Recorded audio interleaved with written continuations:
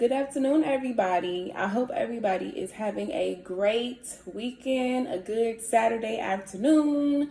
Hopefully, something exciting or positive has happened in your life today. Some good news, hopefully. And yeah, my name is Vanessa, and this is my channel, The Melanated Television.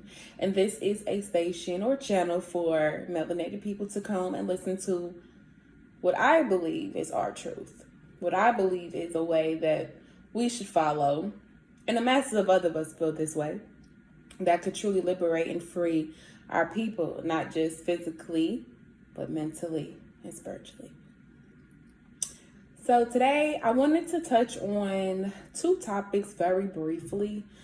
I wanted to touch on, my first topic I want to talk about is a show called Lovecraft Country. I wanted to talk on it because I seen how our community, the majority of our community was praising and just so gung-ho over this show. And initially when I first saw the marketing and the promotions for it, I was like, oh, this is going to be like a black horror series. And I am a big fanatic of horror films. I love scary movies. I love all of that good stuff. So I wanted to give it a try. And I saw it was, black lead in it. It was basis of around our culture of our people, black people. So I gave it a shot. Upon the first episode, I did get a little offended by certain things that I saw. The first offense was just I'm not homophobic. Whatever you do in your bedroom is for you. But it just kind of threw me off a little bit when I saw that the first episode, they walked into the bar, he went to the back, and the guy was getting sucked off by another guy. I honestly don't know how that was relevant to the story at the time. It took a couple episodes for me to see the relevance of that. I would just say that overall, upon watching the show, each episode had brought a lot of offensive things to the black community. I think that it was agenda heavy, feminist agenda heavy. It was homosexual agenda heavy. And I would just say that because, let's just say from the beginning, there was a scene of a man getting sucked off by another man. That's his business. But I'm watching that with, other, what I'm saying? Like, I'm sure that me and the straight men of America who may have seen the show probably didn't want to see that, We want to see positive black representation. And upon watching the show, initially, I thought it was going to be positive, but the black women in the show really did not have positive attributes about themselves. They were broken women. They were women who were basically in the same old broken system that has been generational and generation within the black community of these bitter black women without the fathers in the home, without fathers who have issues with their mothers, who have issues with their fathers.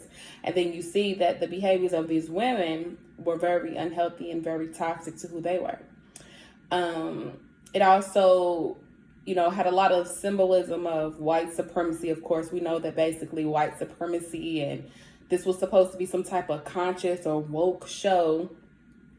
And the show really wasn't intellectual. It really wasn't anything that we really didn't know. It didn't really bring any type of new truth to it. I think the black community was so gung-ho over it because it had a touch of sci-fi, and it maybe made them feel like they were tapping into a new realm of their psyche because they see aliens and all this type of weird shit in the show.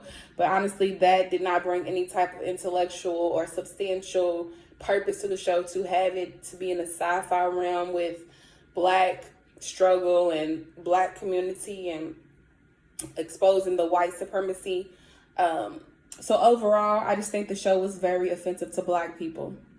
And I can say that there was an episode, the only episode that really made sense and had like a chronological storyline was the episode 6 with the Asian girl who had the dark issues. And that episode was very dark. Like, this show brought out a lot of darkness. It did not bring out any type of healing. It did not bring out any type of positivity. It was very, very dark. it shined a negative light on our people. It made us look weak. It made us look controlled. And I do know that we have kind of been controlled. I mean, we have been controlled. We have been a little weakened because we have allowed a system to oppress us and control us and tell us what rights we have and what we do have and what we don't have. So yeah, that is the truth. But we are above that now, and we have to rise above that now. And I feel like we have to put out material and substantial material that will feed positive seeds into our minds and not continue to make us live the traumas of the past. I do think that we do need to still continue to teach about slavery, the Jim Crow era, the civil rights. We need to continue to teach because that is part of the history of what we went through, and that we can never forget what we went through, and that was a spirit of people that just wanted to oppress another spirit of people. So we can never forget that. But I would just say that upon watching that episode 6, it brought out a lot of darkness. It brought out a lot of, some people, I think that show could have really brought out trauma, could have brought out a lot of negativity. And yes, it probably dealt with wanting to deal with, issues, the traumatic issues that really happen in people's lives, the reality of evil in this world. But yeah, the show was dark to me. The show was not positive. The show was not for the Black agenda at all. And that's just what I'm going to say. If anyone disagrees, if anyone wants to concur with what I say, feel free to express how you feel. But I think the show sucked overall. I give it a 1, not even a star. I don't give it no stars. I'll give it maybe a star because, like I said, I'll give the Black people who tried to, the Blacks in the show who tried to, maybe do something they thought was positive or good, I give them a star for effort. But overall, the show sucked. The storyline sucked. There was really no, it was very juvenile of a show to me. And yeah, I just really didn't care too much for it. I just didn't care too much for the show.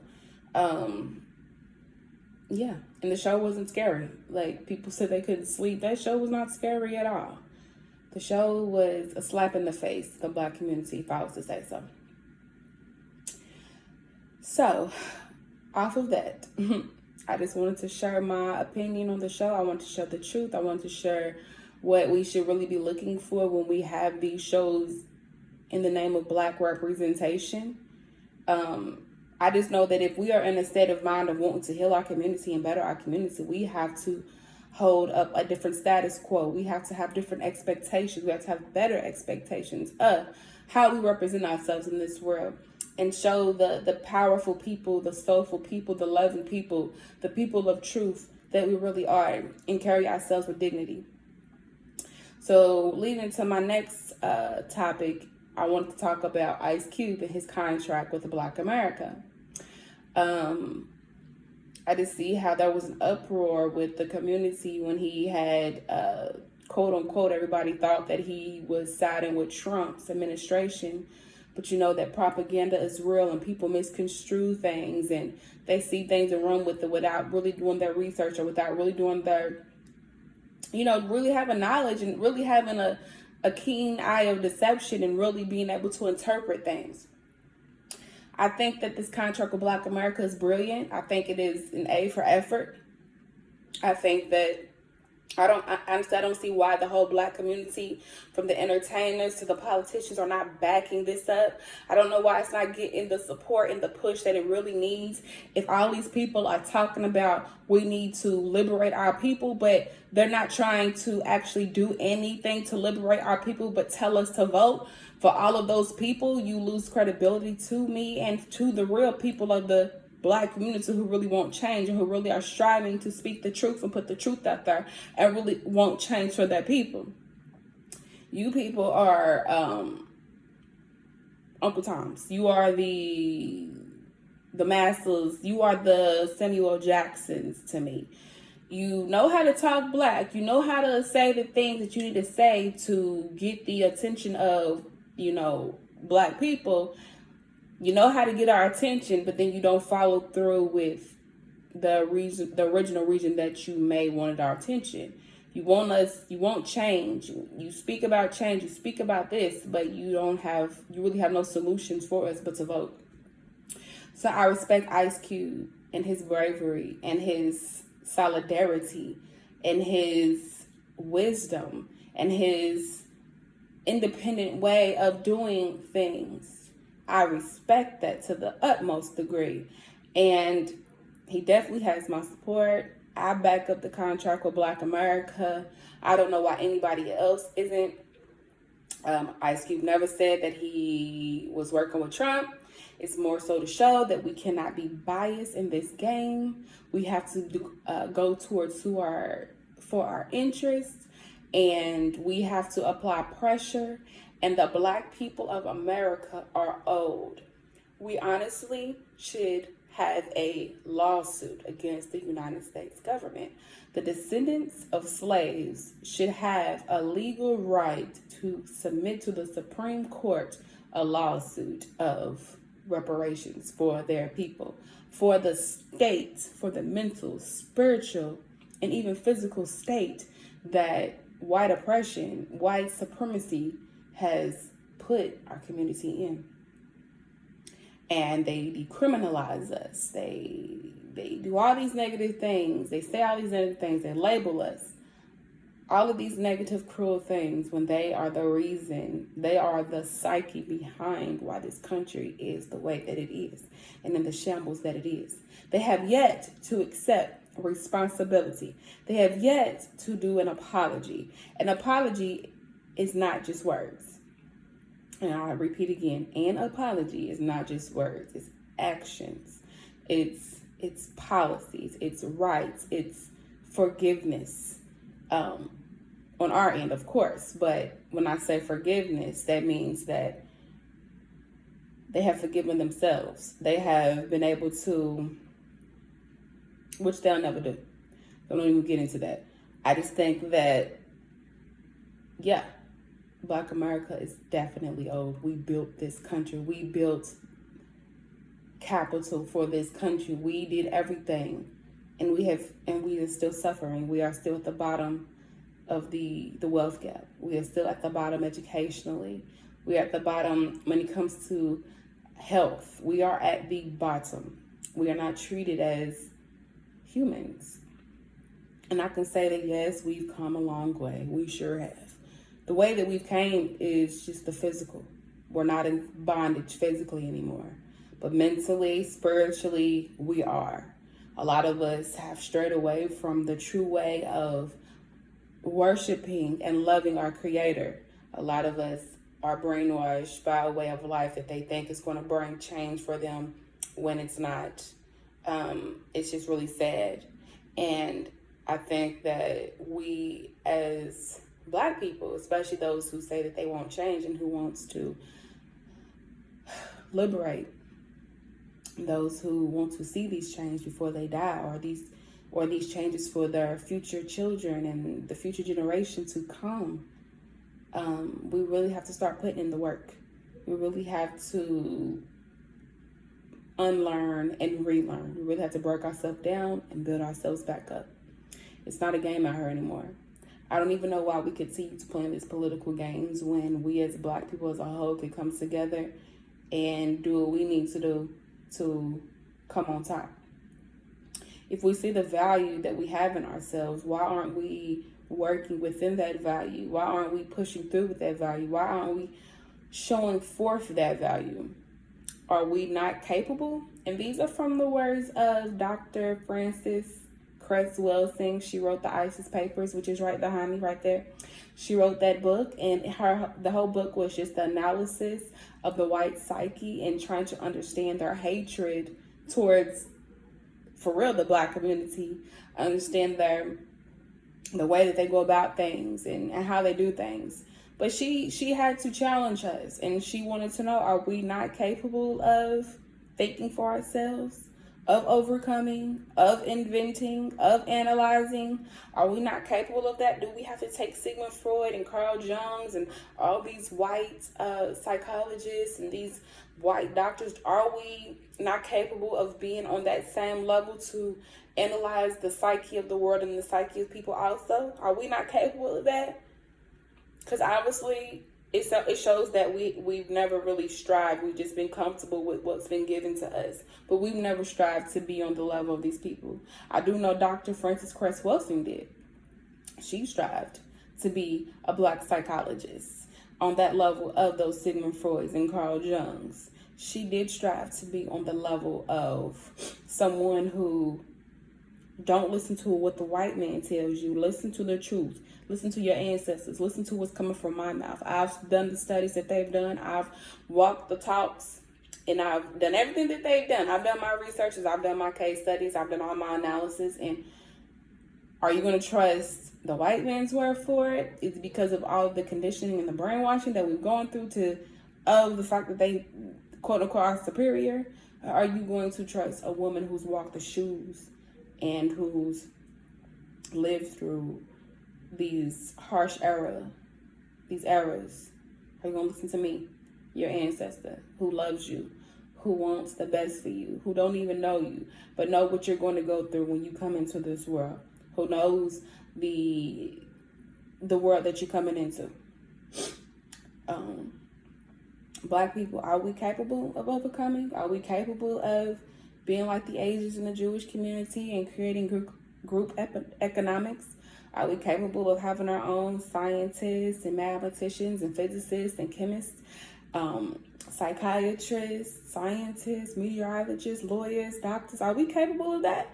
Are we capable of creating a strong community backed off of the strength of us and the divine order that has been instilled in us to be who we are and to contribute to the world how we have been doing? Are we capable of living to our fullest potential? And are we capable of letting that full potential be a seed and spread within us so we can come on top and be who we need to be, who we know we are?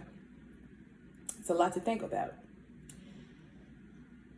But I wanted to bring up the contract of Black America because I just think that is very important, and I do think that is a lane that we all need to try to come to one unified agreement, one unified way.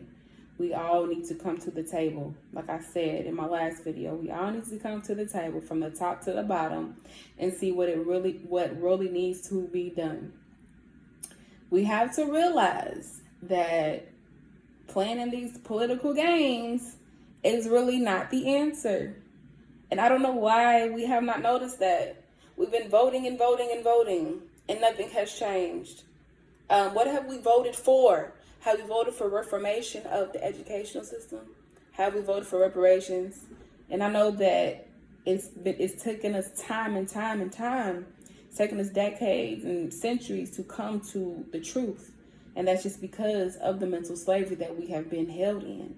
But once we tap into that inner divine, he'll speak to you and he will tell you the truth and he will tell you which way to go. The way to go is not to follow man, but to follow him and to follow the way of what is right. The way what is right is to do what is right, and is to fight for what is right. And what is right is reparations for our people, and I will scream that to the top of the mountaintop. Reparations for our people, better education. The reparations will be the funding that we need to build our communities, to build our schools, to create and generate resources for our community. So yeah, y'all, something to think about, a lot to think about. I just want to tell you guys that I love you. If nobody told you that they love you today, I'll tell you that I love you. And it's real. Love is healing, and love is what we need. Love is what the world needs. Love is perfect. We are not perfect, and we don't use love perfectly, but love was given to us from our divine creator.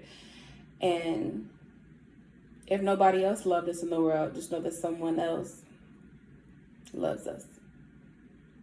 And he created us, and he gave us a purpose. So I want our community to know that we all have a purpose. Don't nobody speak the truth like we do. Don't nobody fight for what's right like we do.